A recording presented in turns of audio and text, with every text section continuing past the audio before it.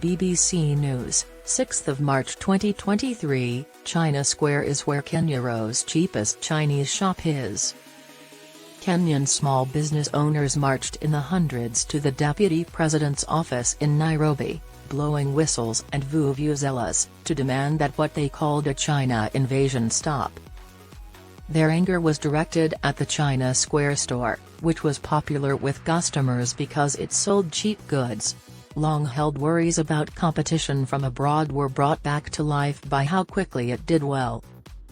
By the time of last week's protest, the shop, which is in a mall on the outskirts of Nairobi, had already temporarily closed its doors because of the debate. It had only been on the market for 5 weeks when it became a social media sensation. It was very appealing because its prices were lower than the small vendors, and it was in a good spot.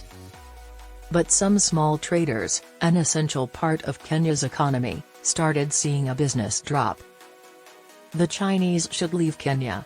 Where will Kenyans go if the Chinese start making, distributing, selling, and even hawking goods? Asked a seller who did not want to be named at the protest. One person at the demonstration was Peter Sitati, who imports and sells beauty tools in Nairobi. He says a plastic pedicure stool that costs about $43, £35, in his store sold for about $21 at China Square, more than 50% less than what he charged. Mr. Sitati said that many Kenyan businesses would close and our economy would fall apart.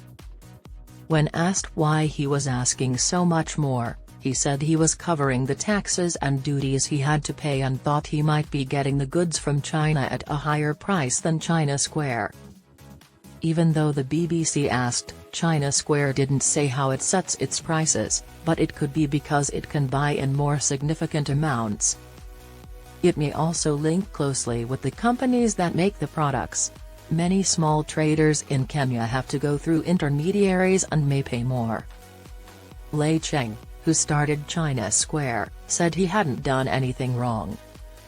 "My business is legal and based on healthy rivalry," Mr. Lei said. "We have followed the government's rules for opening a business in Kenya, and we are here to break the monopoly." He also said that in its first 2 weeks, his business made more than $157,000. "People who are against us feel threatened because Kenyans now know we exist and are not taking advantage of them by charging higher prices. Goods with reasonable prices." Some Kenyan customers are on the side of the store owner. China Square should be permitted to run. Sharon Wanjiku said that they sell good things at reasonable prices. "The cost of life is very high right now, and we need it to be that way." The government took notice of the shop after it quickly became famous and got into trouble. One minister said it should stop being a store. Trade Minister Moses Kuria said on Twitter the Friday before China Square closed that he wanted Chinese business people to come to Kenya as manufacturers, not as traders. It's still not clear why the store did stop serving guests. People thought that the government might have put some pressure on it. China Square said in a statement that it was closing so it could re-evaluate and replan our company's strategy and look into the possibility of working with local traders.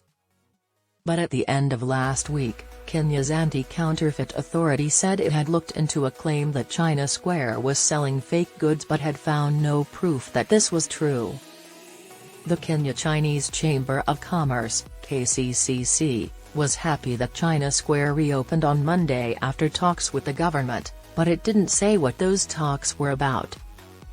The KCCC statement said that the chamber hopes all companies will be treated equally and reasonably to ensure everyone can do business. It did not say if any new agreements had been made. Some people are worried that the fight over the store has sent the wrong message about the economy and people's willingness to spend. Career Singh away from the Ministry of Foreign Affairs has been trying to reassure potential investors by saying that Kenya accepts money from outside and doesn't care where it comes from. Wu Beng, the top diplomat for Africa in China's foreign ministry, was happy with the clarification and said, a non-discriminatory investment environment is essential for the healthy development of bilateral practical cooperation. Kenya has had trouble attracting foreign investment, encouraging free trade, and protecting local businesses from what some people see as unfair competition. Stopping legal business from outsiders in Kenya is a step backward. Jurishan Kiara, a Kenyan economist, says we need to figure out how to give Kenyans the skills they need to make competitive goods. Deportations. The Kenya Investment Promotion Act, which sets rules for foreign companies, says that an investment must help the country in some way, such as by creating new jobs, passing on new skills or technology, or using local raw materials or services. There is no information about how many Chinese businesses or people live in Kenya, but the number of people who don't like Chinese people has been growing over the past few years. This is because some Chinese people in Kenya are said to be racist, and Kenyans are afraid that Chinese traders will take their businesses and jobs.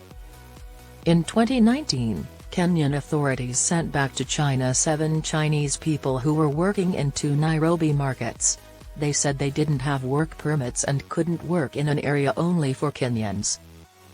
In 2020, 4 Chinese men were sent back to China because they were accused of hitting a Kenyan man who worked at a Chinese restaurant with a cane. So far, President William Ruto hasn't said anything about it, but when he ran for office last year, he promised to remove Chinese people who do business that Kenyans can do. We have deals with different countries about what kind of business or work can only be done by people who live there and what type of work can be done by people from other countries, but only if they have a work permit. Mr. Ruto said in June of last year that this level does not include selling in kiosks or stores or roasting corn. China Square isn't working out of a kiosk, but the small traders' complaints about how hard it is to do business there since it reopened haven't gone away.